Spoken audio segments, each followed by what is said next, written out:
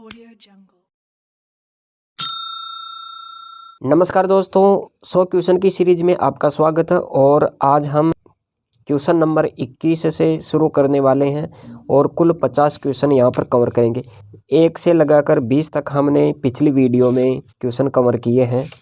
ये सामान्य विज्ञान की क्लास हम रिकॉर्ड कर रहे हैं और इसमें हमने महत्वपूर्ण क्वेश्चन सिलेक्ट किए हैं जो या तो पिछले एग्जाम में आए हैं या आपकी प्रतियोगी परीक्षा के लिए महत्वपूर्ण है। इस वीडियो में 21 से लेकर 50 तक के क्वेश्चन देखेंगे, मतलब 30 क्वेश्चन मैंने यहाँ पर कवर किए हैं। तो दोस्तों 21वां क्वेश्चन है, अग्नाशय खराबी हो तो, अग्नाशय खराबी हो तो क्या होगा? ऑप्शन ए, पाचन क्रिया प्रभावित होगी। ऑप्शन बी, इंसुलिन और ग्लूकागोन नहीं बनेंगे। सी ऑप्शन है, रक्त निर्माण बंद हो जाएगा। या फिर डी, रक्तचाप बढ़ जाएगा। दोस्तों अग्नाशय अगर खराब हो जाता है, अग्नाशय में कोई मिस्टेक होती है, अग्नाशय की खराबी की वजह से ऑप्शन बी, इंसुलिन और ग्लूकागोन नहीं बनेंगे। तो ये फैक्ट आपको याद रखना है। दूसरा क्वेश्चन है, चंद्र ग्रहण तब होता है जब, चंद्र ग्रहण कब होता है? तो इसके बारे में देखो यहाँ पर। ऑप्शन ए, पृथ्वी चंद्रमा के बीच सूर्य हो। ऑप्शन बी, सूर्य पृथ्वी और चंद्रमा हो।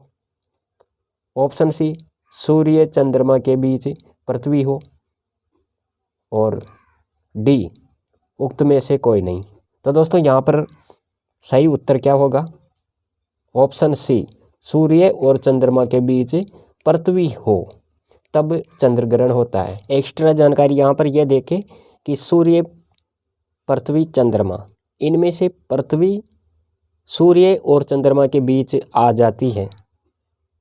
पृथ्वी की छाया चंद्रमा पर पड़ती है तो चंद्रमा का छायांकित भाग दिखाई नहीं देता, इसे चंद्र ग्रहण कहते हैं। ऐसी स्थिति पूर्णिमा के दिन होती है। तो ये आपको याद रखना है। अगले क्वेश्चन पर चलते हैं। यहाँ पर 23वां क्वेश्चन है, पर्णहरित सहायक होता है, पर्णहरित सहायक होता है श्वसन क्रिया में, श्वसन क्रिया में, या फिर प्रकाश संश्लेषण में, उत्सर्जन में, इनमें से कोई नहीं। तो यहाँ पर राइट ऑप्शन, सही उत्तर आपका क्या होगा? ऑप्शन बी, प्रकाश संश्लेषण में। 24 नंबर का क्वेश्चन है, मनुष्य शरीर का प्रमुख उपापचयी अंग है, मनुष्य के शरीर का जो प्रमुख उपापचयी अंग है उसका नाम यहाँ पर आपको बताना है। तो दोस्तों याद रखें, उत्तर डी, यकृत, यकृत होगा यहाँ पर, है ना, यकृत। 25वां क्वेश्चन है, नेत्र का भाग जिसका प्रत्यारोपण कर सकते हैं, रेटिना, कार्निया, दृक्तंत्रिका, पूर्ण नेत्र का। तो यहाँ पर राइट ऑप्शन क्या होगा? उत्तर बी, कार्निया होगा यहाँ पर। 26 नंबर का क्वेश्चन है, 2 या 2 से अधिक समान परमाणु के जुड़ने से क्या बनता है? ऑप्शन ए, अणु, बी, यौगिक, सी, तत्व, डी, लवण। तो इनमें से जो सही उत्तर है वो क्या है? ए, अणु। 2 या 2 से अधिक समान परमाणु के जुड़ने से अणु का निर्माण होता है। 27वें क्वेश्चन पर चलते हैं दोस्तों। आंवला तथा हरी मिर्च किसके स्रोत है? Option A, vitamin C. Option B, vitamin E. Option C, vitamin D. Option D, vitamin A. तो सही उत्तर होगा इसमें option A, vitamin C. 28 number का क्वेश्चन है, मनुष्य में जैविक घड़ी कहलाती है। तो यहाँ पर सही उत्तर होगा आपका ऑप्शन ए, पीनियल काय, पीनियल काय। 29 नंबर का क्वेश्चन है, विद्युत मोटर परिवर्तित करती है, इसका जो कार्य है विद्युत मोटर का वो क्या कार्य है, ये क्या करती है? तो यहाँ पर देखो, ऑप्शन ए, विद्युत ऊर्जा को यांत्रिक ऊर्जा में परिवर्तित करती है। ऑप्शन बी, यांत्रिक ऊर्जा को विद्युत में परिवर्तित करती है। या फिर ऑप्शन सी, चुंबकीय ऊर्जा से यांत्रिक ऊर्जा में बदलती है। या ऑप्शन डी ऊष्मा से विद्युत ऊर्जा में। तो इसका सही ऑप्शन क्या होगा? तो याद रखें उत्तर ए, यानी विद्युत ऊर्जा को यांत्रिक ऊर्जा में परिवर्तित करती है। कौन? विद्युत मोटर। तो इतना फैक्ट आपको यहाँ पर ध्यान रखना है।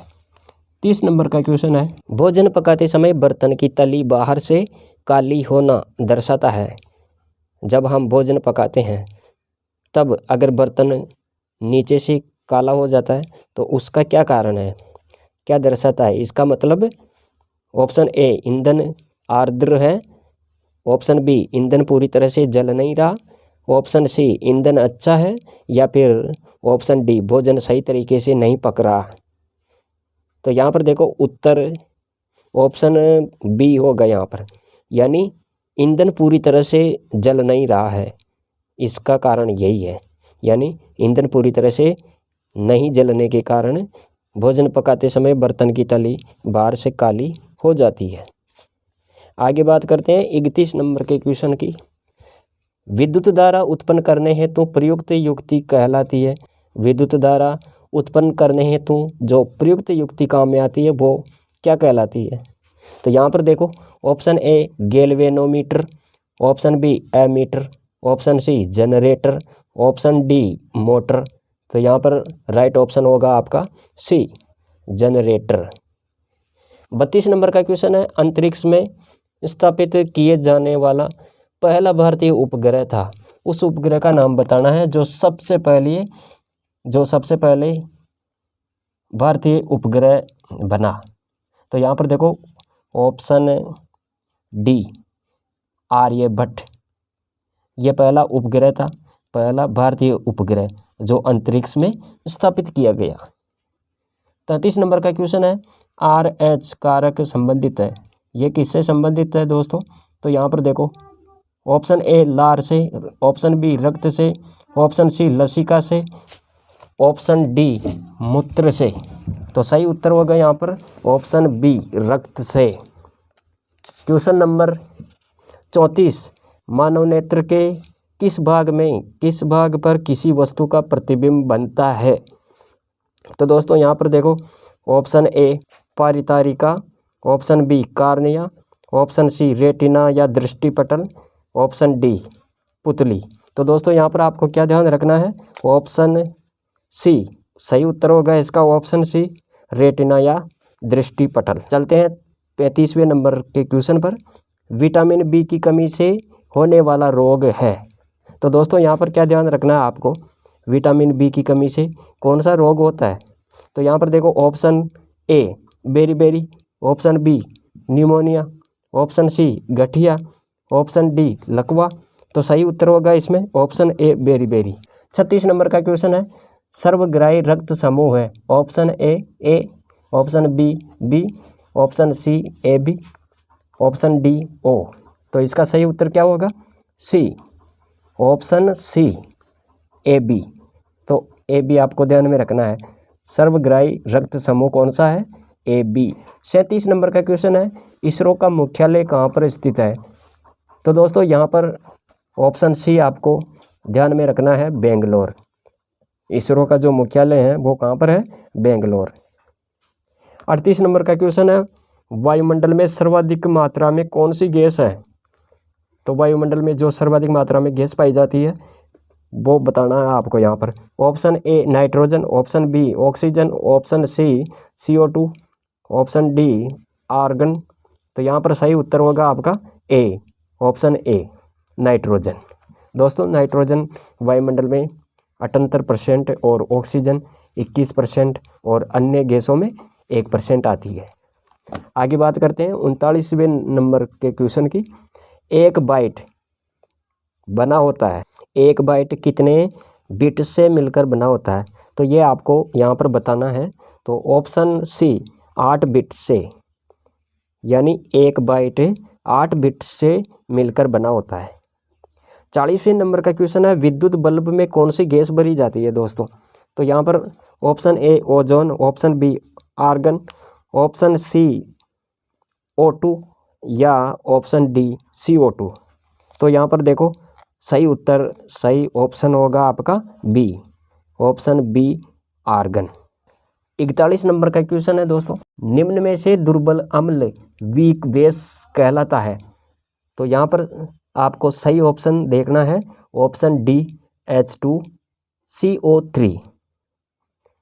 42 नंबर का क्वेश्चन है, कौन सा कार्बन यौगिक अधिक हानिकारक है। तो यहाँ पर सही उत्तर हो जाएगा आपका ऑप्शन ए HCl।